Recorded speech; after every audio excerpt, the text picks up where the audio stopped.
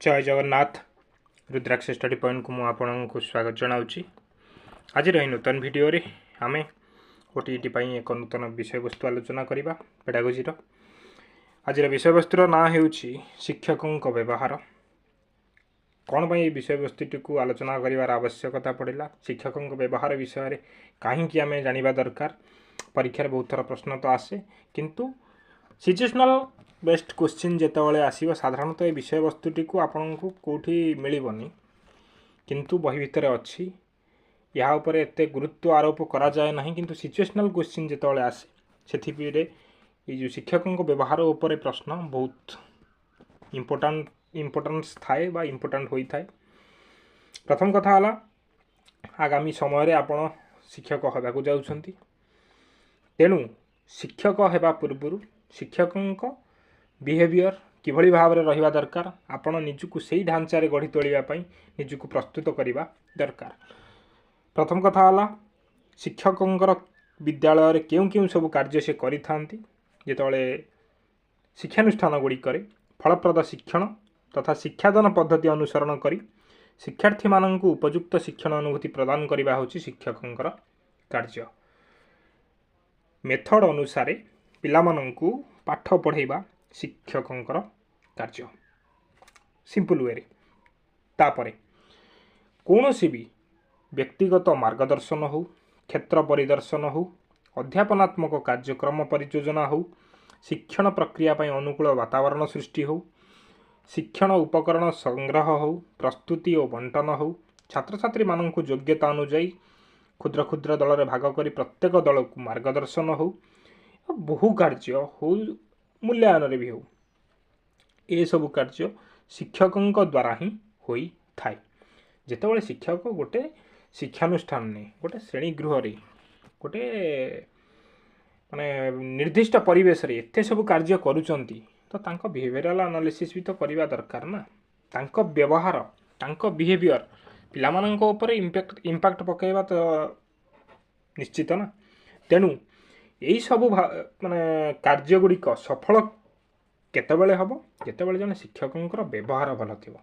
कौन व्यवहार, ये जो सब तांकर व्यवहार रही कौ रूल बा कौ प्रिंसिपल को लेकिन सब हो। प्रथम कथा है आम कौन पाई जानिबा दरकार जे शिक्षकों व्यवहार यही सब कार्य को सफल कराउची बोली, माने यही सब कार्य सफल होगापाई शिक्षकों व्यवहार आवश्यक बोली कौन पाई दरकार ता आमे जानिबा दरकार।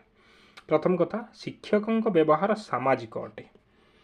शिक्षक जो व्यवहारटा देखाते ना से सामाजिक अटे, समस्तों सहित मिलमिशिकी थिबा समय रे ही ये व्यवहारटी आसी थाए। शिक्षकों व्यवहार परिस्थिति उपर निर्भरशील। टीचर जो व्यवहारटा देखाती एटा गोटे सिचुएशनल। शिक्षकों व्यवहार शिक्षक शिक्षार्थी मध्य बेसी पर्यवेसित कपाई ये जो सामाजिक परिस्थिति उपर निर्भरशील एवं शिक्षक शिक्षार्थी मध्य अधिक कपाई ना। शिक्षक माने शिक्षक होउछन्ती जने मनीष, शिक्षक गोटे तांको क्यारेक्टरिस्टिक कि केतबेले काउंट करा जिवो जेतबेले से विद्यालय परिवेश रे थिबे। विद्यालय परिवेश गोटे सामाजिक परिवेश, विद्यालय परिवेश गोटे सिचुएशनल माने एटमॉस्फियर कपाई ना सेठी समस्तंकर गोटे डिस्टिंक्ट रोल थाए। तेणु शिक्षकों रोलटा ही अन्य मानक ऊपर प्रभाव पकेइबो एवं या अधिक रु अधिक टीचर स्टूडेंट कर जो तांको संपर्क थाए ता उपरे प्रभाव पकई थाए। तापरे शिक्षकों व्यक्तिगत गुण तांको व्यवहार रे प्रतिफलित हुए। से व्यक्तिगत भाव रे किभली ता बहुत अधिक तांको व्यवहार रे देखा जाई थाए। जदि जने शिक्षक व्यक्तिगत भाव रे भल नुहंती से निजुको केबे भी सामाजिक परिवेश रे भल बोली देखै परिबे नाही हला। तापरे शिक्षकों व्यवहार को देखी हेब, समस्त व्यवहार को देखी हुए, तेणु शिक्षकों व्यवहार को देखी हम बोली एटा किसी अलग जिनस नुहे। शिक्षकों व्यवहार रे पार्थक्य बारी हो पड़े। कौन ये जिनसटी कहला जे शिक्षकों व्यवहार पार्थक्य बारी हो पड़े। बहुत शिक्षक आप देख, प्रथम कथा है गुरु को नमणिब नर गुरु ही साक्षात ईश्वर। शिक्षकों आलोचना तो करवा कथा नुहे, किंतु जेहेतु आम गोटे एग्जाम्पल को लेकिन बुझा कथा से मुझे आपको एग्जाम्पल दूसरी। देखिए आपन किसी शिक्षक थे पिलामानंक ऊपर बहुत रागुवे, कि जिते प्रधान शिक्षक आसवे कि वरिष्ठ शिक्षाधिकारी आसवे तांको आगे पिलामानंकु बहुत भल पाइबार अभिनय से करती से कहुए ना शिक्षकों व्यवहार में पार्थक्य बारी हो जाए सी प्रकृत में देखा कौन चाहते से व्यक्तिगत भाव में कौन शिक्षकों व्यवहार परिमाणात्मक और गुणात्मक कार्यकलाप उपर परिवेशित ये परिमाणात्मक और गुणात्मक कौन आलोचना पर जदि मन पड़ा कहीदेमी मन निश्चिंत पड़ो परिमाणात्मक और गुणात्मक कौन पाई परिमाणात्मक कहला और कौन पाई गुणात्मक कहला वर्तमान आम जब शिक्षकों व्यवहार को डिस्कसन करवा ये तो थिला कौन पाई आम व्यवहार टाक जाना यही सब जिन जो आम जाना दरकार कहे सी विद्यालय गोटे अविच्छेद्य अंग पाखर ही सब जिनसर स्रोत आरंभ होदी आम शिक्षकों व्यवहार को आलोचना करवा ये दुईटा व्यवहार अच्छी गोटे है परोक्ष व्यवहार गोटे है प्रत्यक्ष व्यवहार कौन प्रत्यक्ष व्यवहार और कौन परोक्ष व्यवहार आसतु आलोचना करवा प्रथम लिखिदे दुई बोली किंतु एटा एक हम परोक्ष व्यवहार जो व्यवहार द्वारा शिक्षक पिलामानंकु परोक्ष भाव शिक्षण प्रति प्रभावित करती ताकू परोक्ष व्यवहार कहुए बुझीगलानी छाड़ दिंतु परोक्ष व्यवहार को चारि भाग भाग करा जाई पारे उदाहरण को देखिले आपण बुझीजिबे प्रथम चारिटांग एकाथर रखिबा पिलांक भावना को ग्रहण करिबा फास्ट प्रशंसा बा उत्साह धारणा ग्रहण और व्यवहार प्रश्न पचारि गोटे विद्यालय रे आपण भाबी नियंतु विजिट रे जाइछन्ती आपण शिक्षक व्यवहार को एनालिसिस रे करिया को जाउछन्ती जने शिक्षक पाठ पढ़ाउछन्ती हला पिला बसचन्ती शिक्षक पाठ पढ़ाउछन्ती सेही समय रे पिला किछि गोटे कथा कहिला कौन सी गोटे प्रश्न बुझी पारलानी से प्रश्नटी को कहला शिक्षक ताहाकू न रागी ताकू गाली गुलज न करी ताकू बुझेबा को चेष्टा कले एटा कहला पिलांक भावना को ग्रहण करवा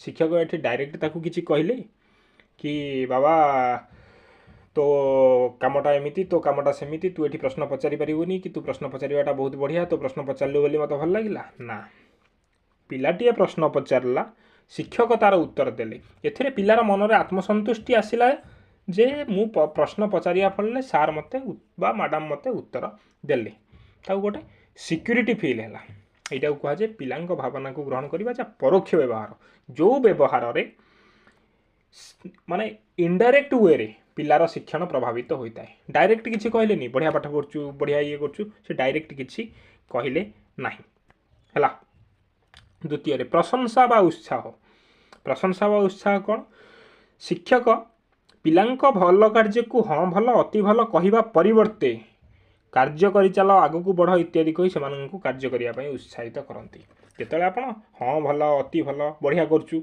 ये सब जिनस कहते ना से डायरेक्ट हो जाए एवं कहली ना कौन सी जिनस एमती कहलेनि जे से प्रश्न पचारला बोली ताकू प्रशंसा करने किसी आवश्यकता पड़लानी किंतु ता प्रश्नर उत्तर ठीक समय से जितेबाला देले सेटाकू ता भावना को ग्रहण करके गोटे पॉजिटिव सिक्यूरिटी फील कराइले प्रशंसा बा उत्साह से भाया डायरेक्ट किसी कहवा दरकार नहीं तांकू इनडायरेक्ट वे जनइबा दरकार जे से कामटी को ठीक करुचंती तापर आसला धारणा ग्रहण और व्यवहार धारणा ग्रहण और व्यवहार कौन प्रथम कथा हूँ यही कार्य शिक्षक पिलामानंकर मतामत और धारणा को ग्रहण करी अन्य शब्द व सरल भाव में व्यवहार प्रकाश करती और सारांश को प्रकाश करती पिलामानंकर बहुत किसी जिनस अच्छी तांकर मतामत अच्छी से मतामत को जो जिनसटा बुझी पारे कि जो जिनसटा भल लगे सार मान सी कही पारती बुझीगला तांकर जो रिएक्शनटा अच्छे से शिक्षकों को कही पारती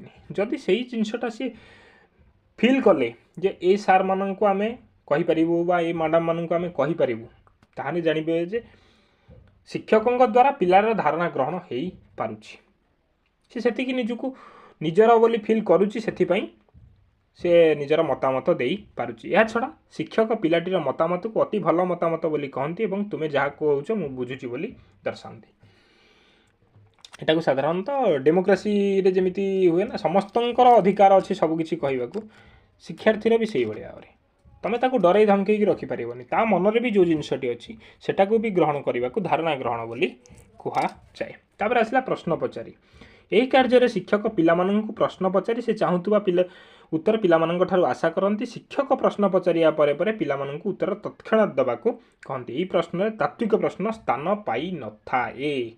इंपोर्टाट जिनस ये है सब परोक्ष व्यवहार रे कौन सी माने जो काम आपणकर टीचिंग लर्निंग प्रोसेस रे इंपैक्ट पकाउछि किंतु इनडायरेक्ट वे रे प्रश्न जो आप पचार पिला माने एंगेज होउछंती पिला माने एंगेज होउछंती माने पिला माननकु भल लागुछि सेही जिनस रे जेतବେଳେ पिला माने मिसिले शिक्षण कार्य रे पिला माने टीचर सहित निजुकु माने हाई एस्टीम रो फील कले अधिक विश्वास सहित आत्मविश्वास सहित फील कले सेतବେଳେ कौन हम जो शिक्षण शिक्षादान प्रक्रिया आगू आगू जापर ए कहीं कहला तात्विक प्रश्न स्थान पाई न थाए कारण ये जिनसटा आपन को पचारिकी कौन सी उत्तर आशा करवा माने एमती उत्तर आशा करवा ना पिलाटा ब्रिलियंट होता दरकार एमती प्रश्न उत्तर आशा करेनि जे पिलाटा ब्रिलियंट होता दरकार से तात्विक प्रश्नर कौन स्थान न थाए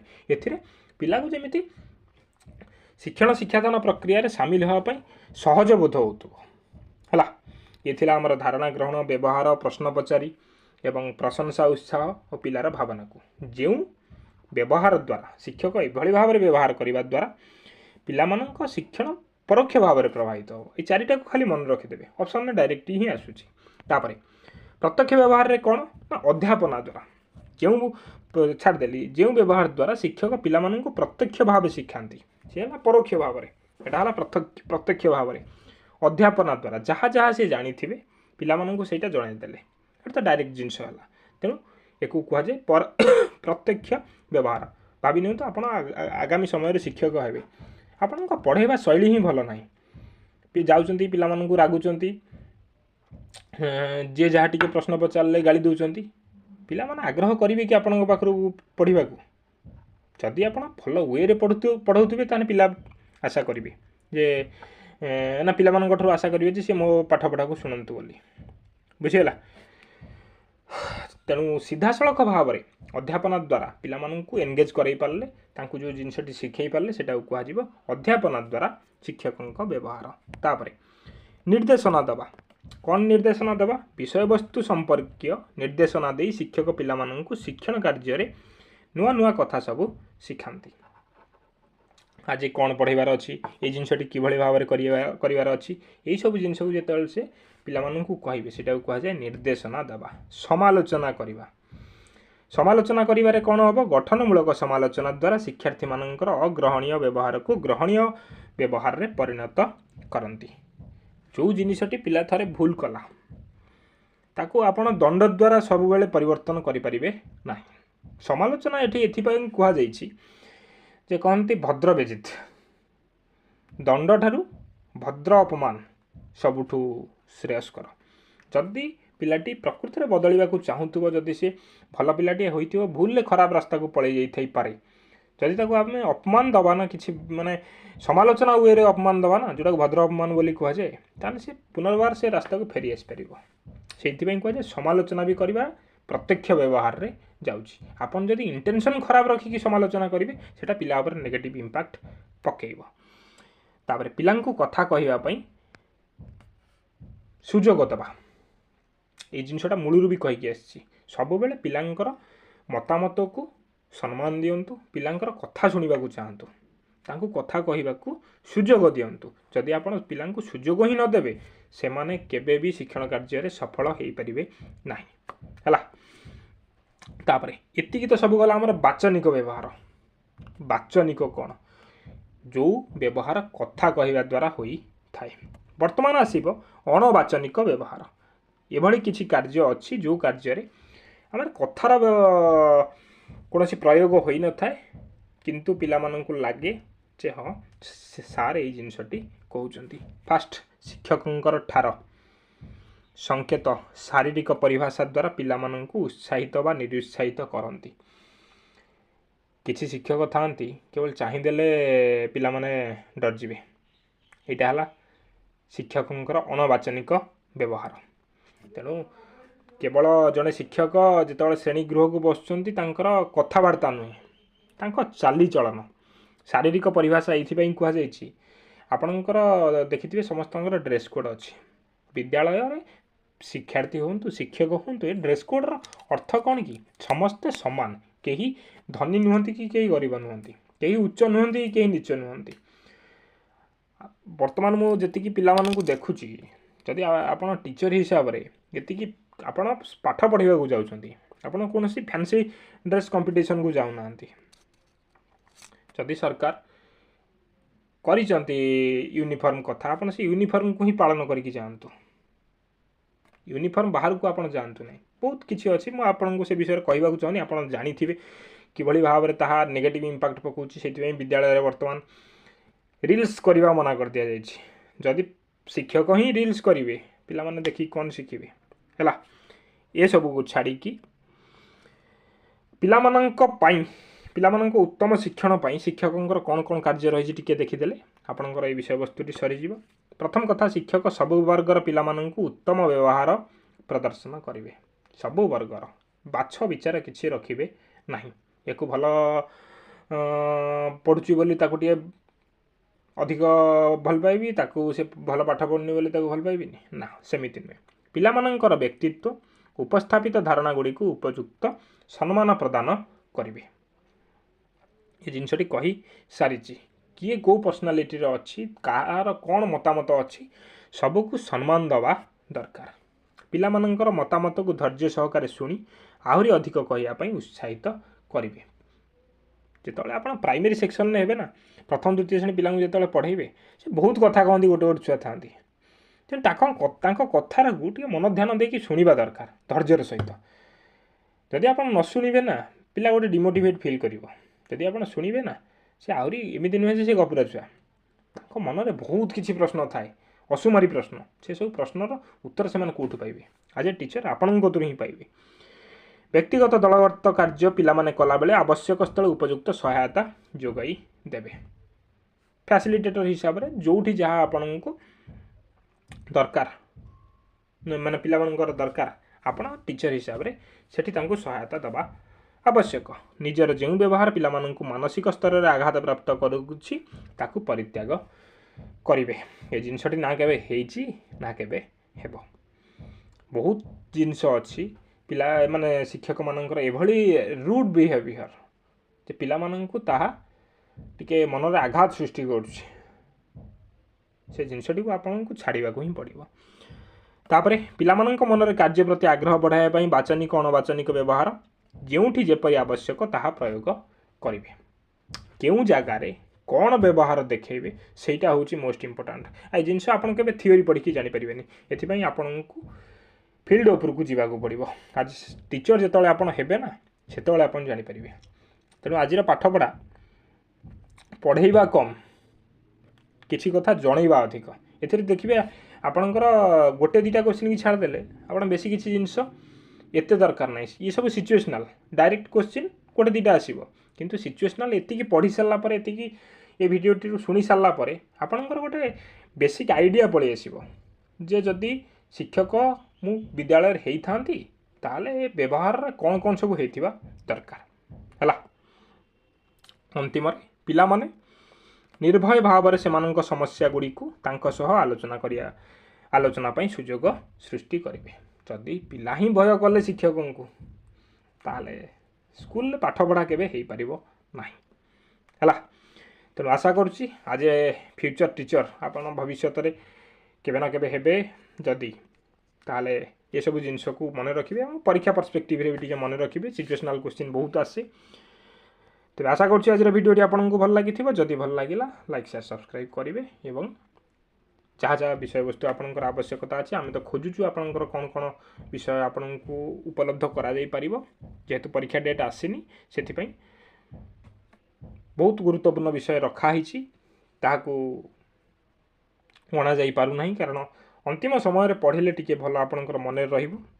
ଏଇସବୁ ବିଷୟବସ୍ତୁ ଏବେ ଡେଲି ଗୋଟେ ଗୋଟେ ଭିଡ଼ିଓ ପଢ଼ୁଛି, ଆଗକୁ ଆସ୍ତେ ଆସ୍ତେ ଅଧିକରୁ ଅଧିକ ପଡ଼ିବ। ତେଣୁ ପଢ଼ା ଜାରି ରଖନ୍ତୁ। ରହିଲି, ଧନ୍ୟବାଦ, ଜୟ ଜଗନ୍ନାଥ।